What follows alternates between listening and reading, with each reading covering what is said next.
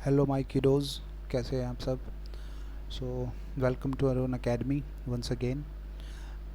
आज हम स्टार्ट कर रहे हैं 10th क्लास का सेशन फाइनली।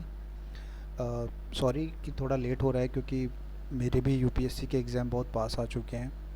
डेट जो है वो अभी फ़िक्स नहीं हुई है, बट कभी भी आ सकती है। 20 मई से जो है वो अपडेट हो जाएगी। बट मीनवाइल जब भी मुझे टाइम मिलेगा मैं आप लोगों के लिए कुछ ना कुछ कंटेंट बनाता रहूँगा और यूट्यूब पे डालता रहूँगा, आप लोग देखें। हो सकता है अब आने वाले टाइम में कुछ दिनों तक ऐसे ही ऑफलाइन मैं यूट्यूब पे कंटेंट डालूँगा, बट जो भी होगा वो सीक्वेंस में होगा, तो आप लोग डेली अपडेटेड रहें इस चीज़ को लेकर। As you know very well कि जो मेरा थोड़ा पढ़ाने का तरीका है वो थोड़ा फ़नी सा है, और आप लोगों को कंसेप्ट समझाने के लिए मैं किसी भी हद तक जा सकता हूँ। तो वही जो एक फीलिंग है मैं अब यहाँ पर लाने की कोशिश करूँगा। ऑल्दो आप लोग मुझे देख नहीं रहे, और कहते हैं ना सिक्स जो सेंसेस होते हैं, देखना सुनना, वो सारी चीज़ें हमें मेमोराइज़ कराने में हेल्प करती हैं। तो अब यहाँ पर आप कंटेंट देखेंगे और मेरी आवाज़ सुनेंगे, तभी फ़िलहाल आपको इसी चीज़ से काम चलाना पड़ेगा। एनीवेज़, तो आज हम स्टार्ट कर रहे हैं 10th का फिज़िक्स सेक्शन, एंड उसके अंदर मैं आज आपको इलेक्ट्रिसिटी कराऊंगा जितना भी हो जाएगा, जिस भी टॉपिक तक हम जाएंगे। साथ ही साथ मैं आपको ये बताऊंगा कि कौन सा टॉपिक जो है वो न्यूमेरिकल पॉइंट ऑफ व्यू से इम्पोर्टेंट है, और कौन सा आपको डीप में थ्योरेटिकली पढ़ना है। तो चलते हैं हम अभी नेक्स्ट स्लाइड पे। सो अब वीडियोस के अंदर एक छोटा सा थॉट जरूर हुआ करेगा, और उसके ऊपर हम 1 या 2 मिनट बात करेंगे ताकि जो आपका मोटो है, मोटिवेशन है, वो बना रहे। तो आज का जो थॉट है वो ये है कि कोई भी जो चीज़ है जो कीमती है, जो आप अपनी लाइफ में पाना चाहते हैं, कोई भी वो कीमती चीज़ हो सकती है, वो ईज़िली नहीं मिलेगी दोस्त। उसके लिए हमें हार्डवर्क करना पड़ेगा, उसके लिए हमें कुछ एफ़र्ट्स पुट ऑन करने पड़ेंगे, तब जाके वो चीज़ हमें मिलेगी। ठीक है। आप उस चीज़ को किसी भी चीज़ से कंपेयर कर सकते हैं। जो मेरे पबजी प्लेयर्स हैं वो कंपेयर कर सकते हैं कि जिस दिन आप पबजी स्टार्ट कर रहे थे और आज जो दिन है, तो आप लोगों ने जो मेहनत दिखाई है इसके अंदर, उसी का परिणाम है कि आज आप एक प्रो प्लेयर हैं। या फिर जो मेरे पढ़ाकू बच्चे हैं वो ये देख सकते हैं कि अगर वो ना पढ़ते और जिस हिसाब से वो एफ़र्ट लगा रहे हैं उस हिसाब से उनका रिज़ल्ट आ रहा है। एनीवेज़, तो स्टार्ट करते हैं हमारा चैप्टर, डैट इज़ इलेक्ट्रिसिटी। बहुत ही सिंपल सा चैप्टर है भाई, मेरे लिए आप लोगों के लिए नहीं। तो इलेक्ट्रिसिटी को हम पढ़ेंगे, और सिंपल सी बात है, हम अपने फ़न के साथ पढ़ेंगे। इलेक्ट्रिसिटी जो है इसके अंदर से 101% न्यूमेरिकल आता है। ठीक है। और थ्योरी आने के भी चांसेस हैं।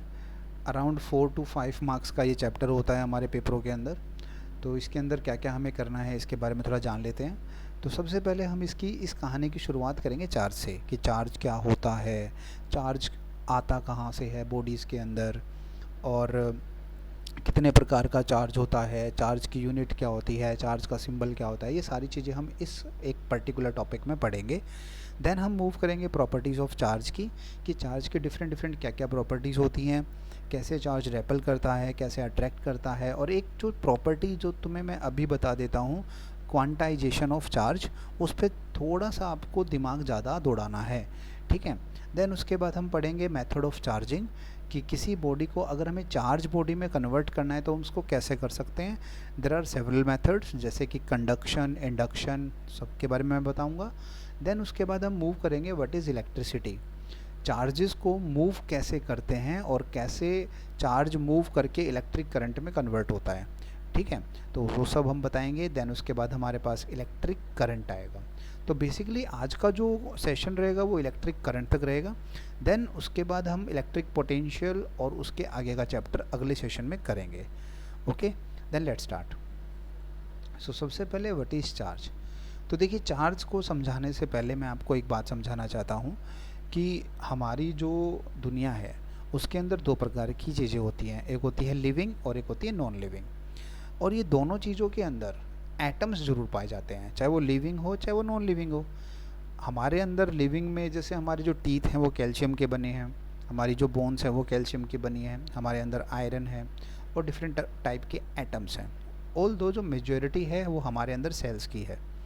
जो नॉन लिविंग चीज़ें हैं वो बेसिकली एटम्स एंड मॉलिक्यूल से ही बन के आती हैं। तो जो एटम है, अब ज़रा उसके बारे में अगर आपको याद हो थोड़ा सा, ये एक एटम है जिसके सेंटर में न्यूक्लियस है। तो फिलहाल मेरी जो ड्राइंग है वो वाहियात होती जा रही है। तो ये जो सेंटर में न्यूक्लियस है, इसके अंदर होते हैं प्रोटॉन एंड साथ में क्या होता है, न्यूट्रॉन, ठीक है। और जो इसके आउटर मोस्ट सेल हैं उसमें होते हैं इलेक्ट्रॉन। मैं क्या बता रहा हूँ कि जो नॉन लिविंग चीज़ें हैं वो एटम्स एंड मॉलिक्यूल से मिलकर बनी होती हैं, और उनके अंदर सेंटर में होते हैं न्यूक्लियस में proton and neutron, and outermost shell में होते हैं इलेक्ट्रॉन। अब यहाँ पर आप 9th क्लास के ज्ञान को लेके आएंगे कि जो हमारा इलेक्ट्रॉन और जो प्रोटॉन है ये हमारे चार्ज पार्टिकल्स होते हैं। इलेक्ट्रॉन पे नेगेटिव चार्ज होता है और प्रोटॉन पे पॉजिटिव चार्ज होता है। तो यही दो चार्ज चीज़ें होती हैं जो किसी बॉडी को चार्ज करती हैं या डिस्चार्ज करती हैं। लेकिन एक बात और कि हर एटम के अंदर प्रोटॉन और इलेक्ट्रॉन जो हैं बराबर होते हैं। बराबर होने की वजह से वो बॉडी होती है न्यूट्रल बॉडी। जैसे कि मैं हूँ, आपकी जो चेयर है जिस पे आप बैठे हो, मोबाइल है, ये बेसिकली अभी फ़िलहाल न्यूट्रल अवस्था में है। क्यों? क्योंकि इसके अंदर प्रोटॉन और इलेक्ट्रॉन बराबर हैं। अगर इनकी संख्या में थोड़ा बहुत भी फेरबदल हो जाए, ठीक है ना, इलेक्ट्रॉन थोड़े दिन के लिए अपने मायके चला जाए तो प्रोटॉन जो है वो ज़्यादा हो जाएंगे, और अगर प्रोटॉन ज़्यादा हो जाएंगे तो भैया उस बॉडी पे कैसा चार्ज आ जाएगा, पॉजिटिव चार्ज आ जाएगा। और इलेक्ट्रॉन जो अपने मायके गई है, क्योंकि वहाँ भी इलेक्ट्रॉन बराबर थे, लेकिन ये इलेक्ट्रॉन वहाँ जाने के बाद वहाँ पर इलेक्ट्रॉन की संख्या ज़्यादा हो गई तो वहाँ पर कैसा चार्ज आ गया, नेगेटिव चार्ज आ गया। यानी कि कहने का मतलब है जब भी इलेक्ट्रॉन और प्रोटॉन की संख्या किसी एटम के अंदर बराबर नहीं होगी तो वो एटम जो है वो एक चार्ज्ड एटम कहलाएगा। बातें आपको शायद क्लियर हो गई हैं कि कैसे चार्ज क्रिएट होता है। It may be create by proton और it may be create by electron. Okay, तो अब हम आगे चलते हैं। तो यहाँ पर मैंने चार्ज के बारे में बताया कि चार्ज एक इनहेरेंट यानी कि मैटर की एक इनहेरेंट प्रॉपर्टी है, ठीक है, जिसकी वजह से मैटर जो है रिपल्शन या अट्रैक्शन फील करता है। अब ये दो प्रकार से हो सकता है, it may B positive charge and it may B negative charge. Positive charge कब होगा? जब इलेक्ट्रॉन डेफिशिएंट हो जाएगा एटम, यानी कि इलेक्ट्रॉन अपने मायके चला जाएगा। नेगेटिव चार्ज कब होगा? जब हमारे पास इलेक्ट्रॉन ज़्यादा हो जाएंगे, यानी कि फालतू के इलेक्ट्रॉन हमारे घर आ गए, ठीक है। अब ये दो चार्ज हैं, इस पॉजिटिव चार्ज को मैं कह सकता हूँ प्रोटॉन की वजह से, इसको मैं कह सकता हूँ इलेक्ट्रॉन की वजह से। आई होप आपको यहाँ तक क्लियर हो गया होगा। अच्छा जी, एक बात और, अगर आपको वीडियो के अंदर कहीं भी डाउट आता है, कोई वर्ड या कोई चीज़ ऐसी समझ नहीं आती, तो आप मुझे व्हाट्सएप पे मैसेज करके पूछ सकते हैं कि सर जी ये जो मुझे पॉइंट है समझ में नहीं आया, इसको समझा दीजिए। तो या तो मैं वीडियो के थ्रू या फिर उसी टाइम आपको व्हाट्सएप पे आपके डाउट क्लियर कर दूँगा। नंबर जिसके पास नहीं है वो वीडियो के नीचे जो नंबर है उससे आप देख सकते हैं। तो जी देन उसके बाद हमारे पास आता है चार्ज की यूनिट। चार्ज की यूनिट है कूलम्ब, और इसको हम सी से डिनोट करते हैं। यहाँ पर एक बात आपको समझानी है, चार्ज का जो सिंबल होता है ना बच्चों, वो क्यू होता है। इसको कैपिटल क्यू या स्मॉल क्यू से हम डिनोट कर सकते हैं। तो इस पर आपको ध्यान देने वाली बात है, ये जो सिंबल है ये चार्ज का है, और ये जो सिंबल है ये उसकी यूनिट का है। ओके, आई बात समझ में? तो अगर मैं कहता हूँ कि मेरे पास 5 कूलम्ब चार्ज है तो मैं उसको ऐसे लिखूँगा, Q is equal to 5 coulomb. ये 5 कम और 3 ज़्यादा लगता है। Okay, so Q is equal to 5 coulomb. So Q क्या है? Symbol of charge. 5 क्या है? Quantity of charge. C क्या है? Unit of charge. ओके, अगर कोई बॉडी चार्ज्ड है तो उसको पता कैसे करेंगे? अरे सिंपल है, उसको हाथ लगा लो, करंट लग गया तो इसका मतलब वो चार्ज है। जी नहीं, इसके लिए एक डिवाइस होता है बच्चों, that is electroscope. Electroscope is a device which is use to detect and measure the charge. Okay, तो यहाँ पर आपको चार्ज की थोड़ी बहुत राम कथा समझ में आ गई होगी कि चार्ज क्या होता है। पहली बात मेरे साथ दोहराएं, it is a inherent property of matter. Secondly point जो यहाँ पे आपने सीखा कि चार्ज दो प्रकार का होता है, that is positive charge and negative charge. Positive charge क्यों आता है भैया? पॉजिटिव चार्ज तब आता है जब इलेक्ट्रॉन डेफिशिएंट हो जाता है एटम, कहने का मतलब इलेक्ट्रॉन चले जाते हैं एटम को छोड़ के। नेगेटिव चार्ज कब आता है? नेगेटिव चार्ज तब आता है जब एक्सेस में इलेक्ट्रॉन एटम के पास आ जाते हैं, यानी कि एटम के पास एक्सेस में इलेक्ट्रॉन आ चुके हैं तो वो नेगेटिव चार्ज हो जाएगा। ऐसा unit very simple, coulomb. Please इसको एक नंबर के क्वेश्चन के लिए नोट डाउन करें, ये एक नंबर में आ सकता है। ऐसा यूनिट क्या होती है? कूलम होती है, जिसको हम किससे डिनोट करते हैं? सी से डिनोट करते हैं। Then last device, electroscope is the device which is used to measure electric charge. Now next point is properties of charge. तो चार्ज की कुछ प्रॉपर्टीज़ होती हैं जिन पे डायरेक्ट क्वेश्चन बन जाते हैं, ठीक है। तो चार्ज की क्या क्या प्रॉपर्टीज़ होंगी? तो पहली प्रॉपर्टी तो यही है, जो चार्ज है ना हमारा, वो कहते हैं ना भविष्य तो पता नहीं क्या एक श्लोक सा आया था महाभारत में कि मैं ही भविष्य हूँ, मैं ही भूतकाल हूँ, मैं ही वो हूँ। तो चार्ज जो है वो भूतकाल में जो चार्ज था वही भविष्य में रहेगा। मैं भी कैसी लैंग्वेज यूज़ कर रहा हूँ। चार्ज को हम ना तो बेटा कंस्ट्रक्ट कर सकते ना डिस्ट्रक्ट कर सकते। यूनिवर्स में जितना चार्ज है वो कांस्टेंट है, हाँ, लेकिन हम एक बॉडी से दूसरी बॉडी पर चार्ज को ट्रांसफ़र कर सकते हैं। सिमिलर लाइक एनर्जी को जैसे हम ख़त्म नहीं कर सकते, बना नहीं सकते, लेकिन उसको एक बॉडी से दूसरी बॉडी ट्रांसफ़र कर सकते हैं। सिमिलरली चार्ज के साथ भी कुछ ऐसा ही है। तो देखिए यहाँ पर जो मैंने बताया था पहला पॉइंट कि total charge in the universe is conserved, obviously it is constant, ख़त्म ही नहीं कर सकते भाई। अब आप कहोगे सर मान लो मैं सोडियम है, सोडियम के एटम को फोड़ दूं तो उसके प्रोटॉन और इलेक्ट्रॉन जो हैं वो तो ख़त्म हो जाएंगे। जी नहीं, वो ख़त्म नहीं होंगे। आपने भले ही उसको बॉम्बार्डिंग की मदद से तोड़ दिया है, लेकिन जो इलेक्ट्रॉन है वो तो नहीं टूटा ना भाई, जो प्रोटॉन है वो तो नहीं टूटा। तो यूनिवर्स में जितने इलेक्ट्रॉन्स टोटल हैं उतने ही प्रोटॉन्स टोटल हैं। हाँ, बस आप एक जगह से दूसरी जगह उसको ट्रांसफ़र कर रहे हो, ठीक है। देन उसके बाद ये बहुत ही सिंपल सी बात है कि like charges attract each other and unlike charges repel each other. Simple सी बात है, पॉजिटिव चार्ज एक दूसरे को रेपल करेंगे, नेगेटिव चार्ज एक दूसरे को रेपल करेंगे, लेकिन अगर कहीं किसी सिस्टम में पॉजिटिव और नेगेटिव चार्ज आ गया तो वो एक दूसरे को अट्रैक्ट करेंगे। Then next we have charges are additive in nature. यहाँ एक बात मुझे समझाने की है, ये एडिटिव इन नेचर का मतलब क्या है? देखो भाई, दो प्रकार की फिजिकल क्वांटिटी होती हैं बच्चों, एक होती है स्केलर और एक होती है वेक्टर। सिंपल सी बात है, स्केलर वो चीज़ जिसमें सिर्फ हम मैग्नीट्यूड देखते हैं, वेक्टर वो चीज़ जिसमें हम मैग्नीट्यूड के साथ साथ डायरेक्शन भी देखते हैं। तो जब हम बात करते हैं स्केलर क्वांटिटी की, तो उसमें कुछ ऐसा हिसाब किताब होता है, जैसे कि मैं कहता हूँ 2 + 2 = 4, ठीक है, एंड 2 - 2 = 0। सिंपल सा हिसाब किताब। लेकिन अगर हम वेक्टर की बात करें तो हमें कहूँगा 2 + 2 बताओ, लेकिन वो 2 + 2 करने के लिए ना मुझे ये भी बताना होगा कि ये वाला 2 किस डायरेक्शन में है और ये वाला 2 किस डायरेक्शन में है, तभी हम इनको ऐड कर पाएंगे। इस चीज़ को कहते हैं वेक्टर लॉ ऑफ एडिशन या वेक्टर एडिशन, और इसको सिंपल एडिटिव नेचर। आपको शायद ये बात अब समझ में आ गई होगी। जब यहाँ पर सिंपल एडिटिव नेचर लिखा गया है, it means it is a scalar quantity. तो ये भी आप एक नंबर के लिए आप नोट डाउन कर सकते हैं कि charges are scalar quantity and they have additive nature. Next we have charges are always quantized. Yes, जैसा कि मैंने इंट्रो में ही बोल दिया था कि आपको एक प्रॉपर्टी मिलेगी जिसका नाम होगा क्वांटाइज। तो इसको थोड़ा सा दिमाग खोल के समझो।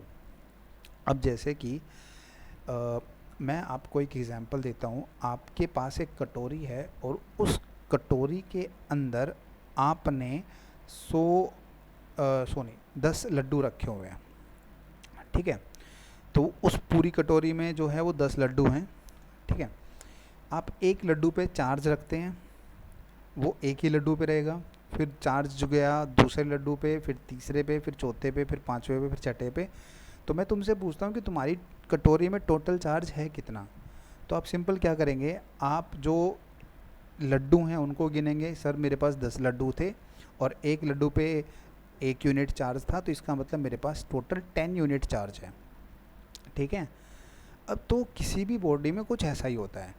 हर बॉडी जो है वो एटम्स की मिलकर बनी है, एटम्स के अंदर इलेक्ट्रॉन्स होंगे। तो अगर मैं उस बॉडी के अंदर सभी इलेक्ट्रॉन्स को काउंट कर लूँ और उसको मल्टीप्लाई कर दूँ इलेक्ट्रॉन पर चार्ज जो होता है उससे, तो मेरे पास टोटल चार्ज आ जाएगा। तो यही राम कथा मैं यहाँ बोल रहा था कि जो टोटल चार्ज है किसी बॉडी का वो आएगा number of electrons into the charge on the electron. फिर से समझिए, total charge on the body is equal to number of electrons into charge on the electron. भैया यहाँ ना इम्पोर्टेंट है ये बहुत, तो यहाँ पर तुम जब भी इसको नोट डाउन करोगे तो n जरूर लिख लेना, n मतलब न्यूमेरिकल पोर्शन। क्यों? क्योंकि आने वाले टाइम में जब हम करंट पढ़ेंगे, ठीक है, तो वहाँ पर सीधा तुमसे ये पूछा जाएगा कि भैया एक बल्ब के अंदर 2 घंटे में इतना करंट पास हुआ या इतना करंट आया, तो बताओ उसके अंदर टोटल चार्ज कितना था। और जब तुमसे पूछा जाए टोटल चार्ज, तो इसका मतलब तुम्हें चुपचाप ये निकालना है। और जब तुमसे पूछा जाए टोटल नंबर ऑफ चार्जेस, तो इसका मतलब तुम्हें n निकालना है। ठीक है सर जी, E निकाल सकते हैं क्या? भैया E की वैल्यू फिक्स होती है 1.67 इंटू 10⁻⁻19 कूलम। ठीक है, तो यहाँ पर ये जो पोर्शन है मैं इसको फिर से इम्पोर्टेंट बोल रहा हूँ, ये सारा का सारा पोर्शन जो है इम्पोर्टेंट है। ठीक है जी, तो आगे चलते हैं। देन उसके बाद हमारे पास नेक्स्ट जो चीज़ आ रही है वो है मेथड्स ऑफ चार्जिंग। तो मैंने जैसा कि बताया कि चार्ज ना कंस्ट्रक्ट हो सकता है ना डिस्ट्रक्ट हो सकता है, बट इसको ट्रांसफ़र कर सकते हैं एक जगह से दूसरी जगह। तो ऐसा करने के लिए हम 2 मेथड्स का यूज़ कर सकते हैं। पहला है कंडक्शन, ठीक है, टच करके। क्या करके? टच करके।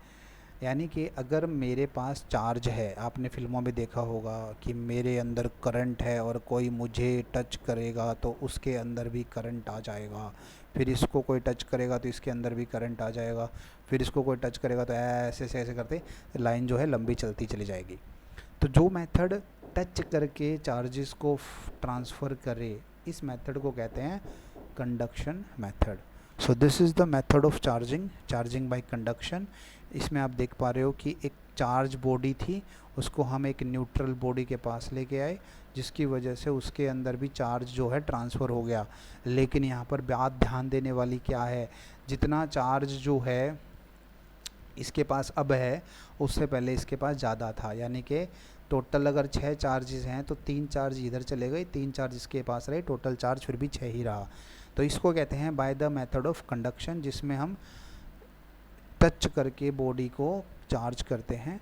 Second method we have induction method. Induction method जो है वो पोलराइजेशन का यूज़ करता है। इसके बारे में मैं थोड़ा सा आपको बता देता हूँ।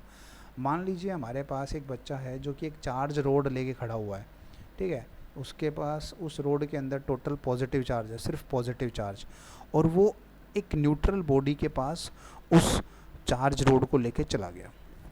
अब होगा क्या, इस पे तो पॉजिटिव चार्ज था, तो ये पॉजिटिव चार्ज इस बॉडी के अंदर से जितना भी नेगेटिव चार्ज है उसको अपने पास ले आएगा, और बदले में जितना भी पॉजिटिव चार्ज होगा उसको दूर भगा देगा। ठीक है, लेकिन ये रहेंगे बराबर ही, इसमें ये दोनों ही चीज़ बराबर रहेंगी क्योंकि न्यूट्रल है। हाँ, बस होगा क्या, due to the attraction negative charge एक तरफ हो जाएगा, पॉजिटिव चार्ज जो है वो एक तरफ हो जाएगा। नाउ उसके बाद हमें क्या करना है, इस बॉडी को अर्थ करना है। अर्थिंग के बारे में मैं अलग से बताऊंगा इसी चैप्टर के अंदर। ये जो है सिंबल मैंने अर्थिंग का लगा दिया।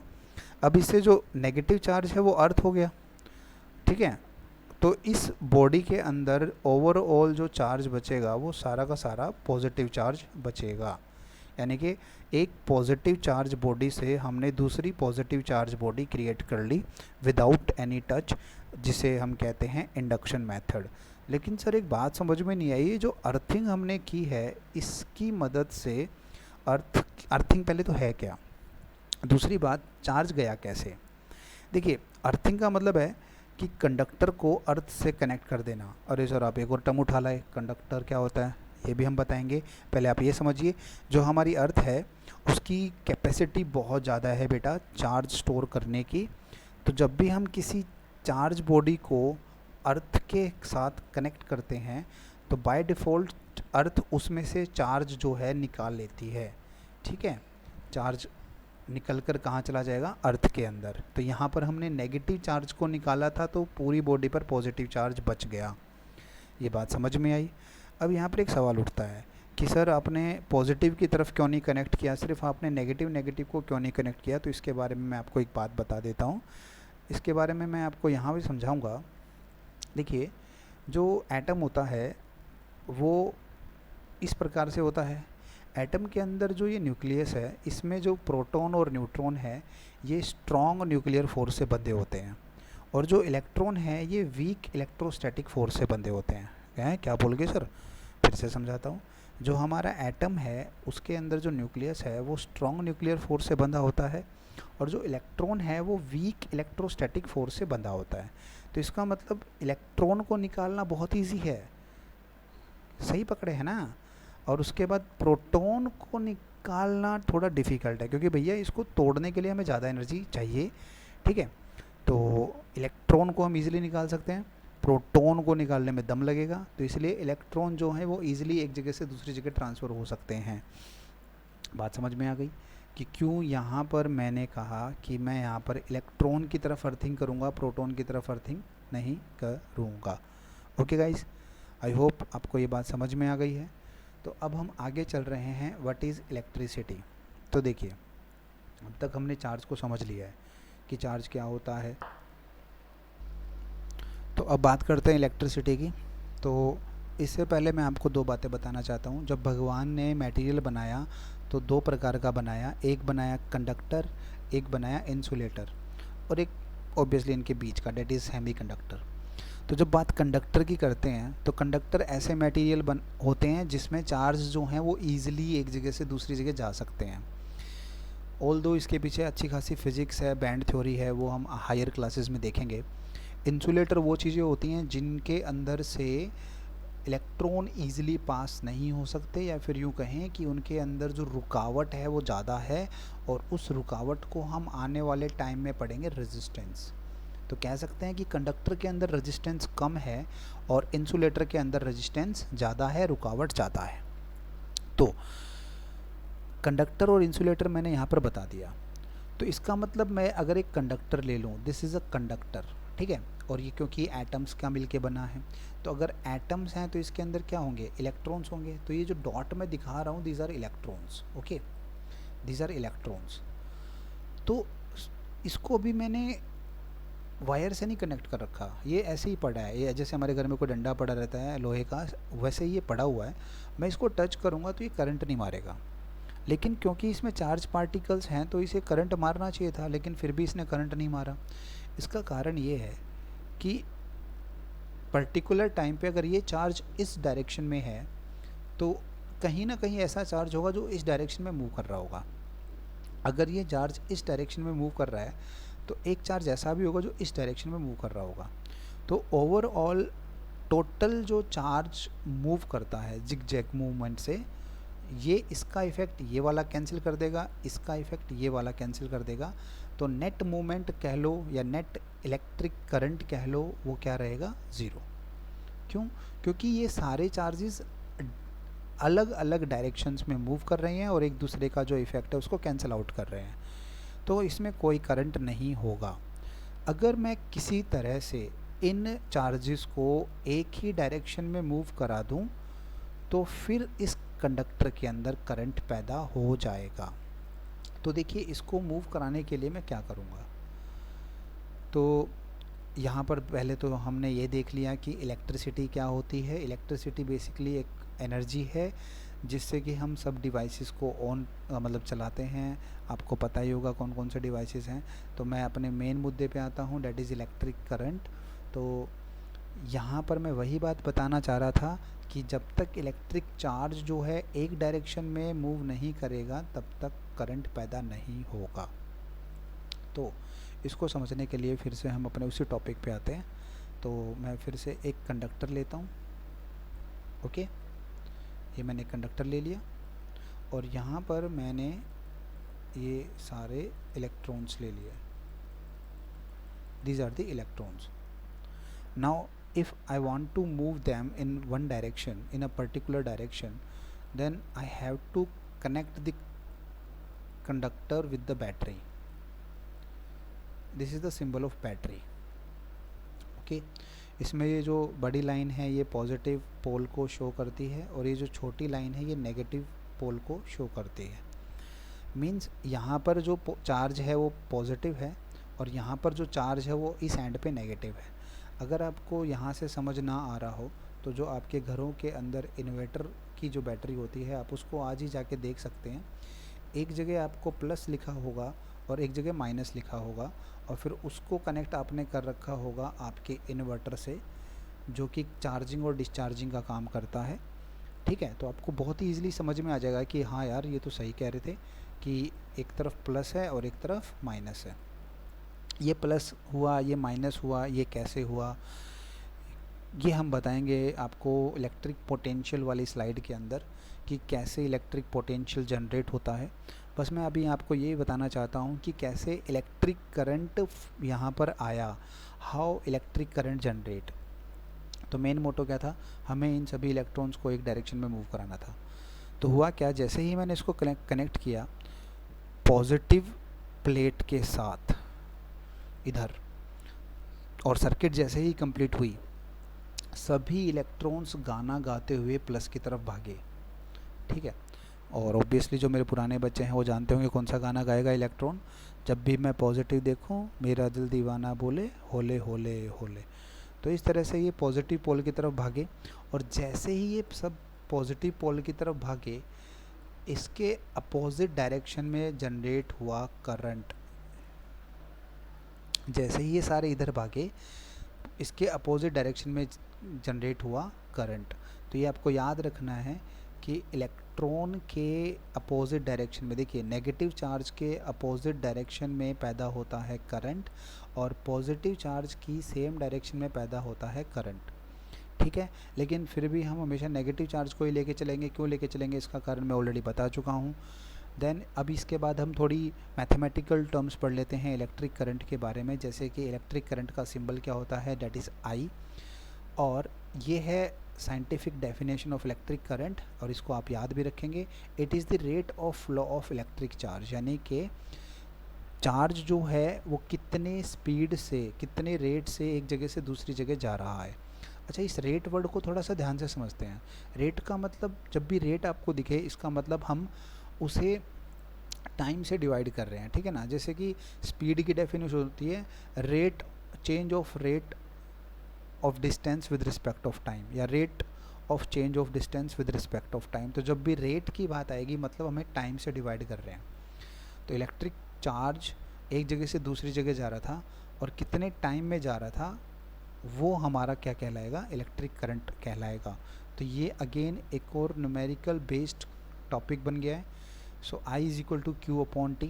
मैं पीछे बताया था कि कभी कभी हमसे चार्ज पूछ लिया जाएगा करंट दे के और टाइम दे के, तो हम यहाँ से I और T की मदद से चार्ज निकाल देंगे, और टोटल नंबर ऑफ़ चार्जेस अगर पूछा जाएगा तो Q की जगह रख देंगे NE।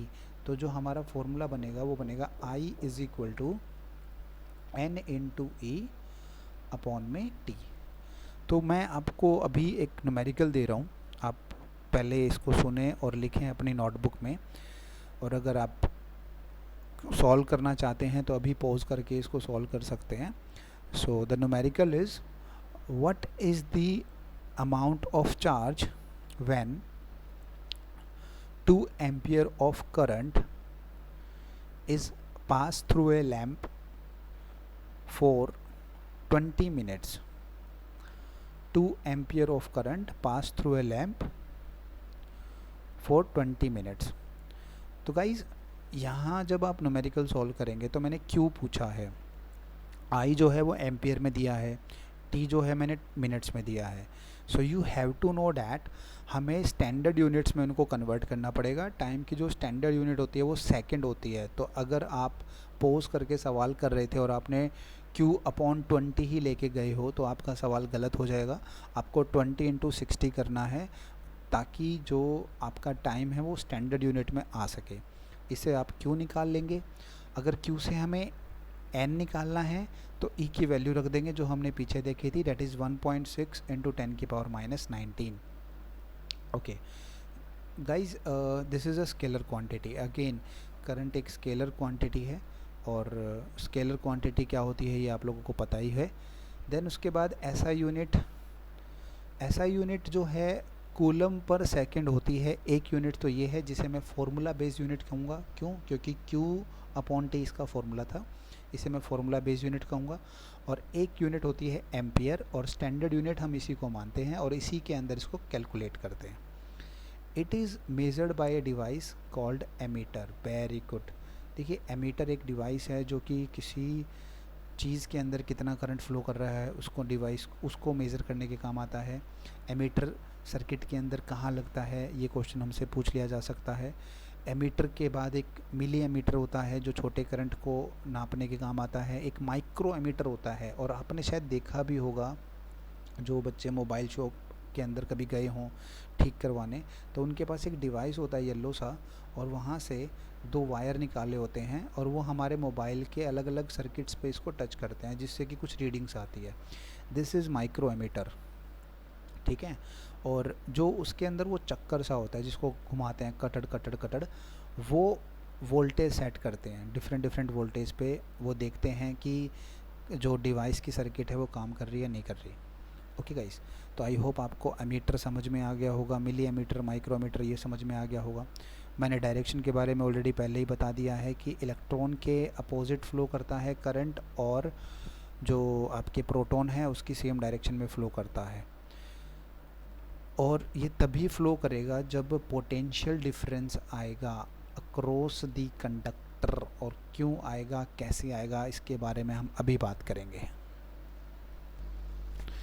सो कल हम देखेंगे कि किस प्रकार से इलेक्ट्रिक पोटेंशियल क्या होता है, कैसे चार्जेस एक जगह से दूसरी जगह मूव करा सकते हैं, इलेक्ट्रिक पोटेंशियल की जो साइंटिफिक डेफिनेशन है वो क्या है, और आने वाले सेशन में हम इससे आगे बढ़ेंगे। तो keep learning and keep safe guys. ये जो फ्री अभी सेशंस चल रहे हैं ये इसलिए चल रहे हैं क्योंकि आप लोग अभी अपने घरों में लॉकडाउन है। जैसे ही थोड़ा बहुत लॉकडाउन से फुर्सत मिलेगी तो हम इसको ऑनलाइन के तरफ भी मूव ऑन करेंगे। So keep learning guys, and please आप मुझे व्हाट्सएप पे मैसेज कर सकते हैं रिगार्डिंग दी वीडियो कि आपको वीडियो कैसी लगी, आपको कैसा समझ में आया, और अगर आपको कुछ और इम्प्रूवमेंट इसमें करवानी है तो वो भी हम कर सकते हैं। So thank you. हम मिलते हैं कल के सेशन के अंदर।